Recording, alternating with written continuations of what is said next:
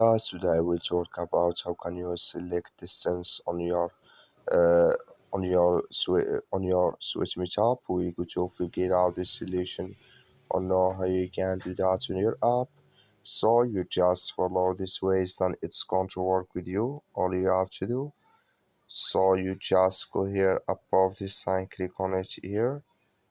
So then it's going to show for you a list like this here.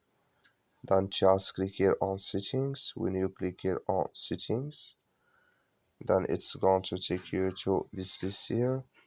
It's going to show you have to skip this ads here. So then it's going to show for you like this here. You click here on search settings here. Then you come to this list. It's going to show for you like this. In there, can you select distance here you want to add. When you select it, just go above save, click on it, then it's going to save with you. That's all you have to do. Thank you for watching. Don't forget to support us by liking, subscribe.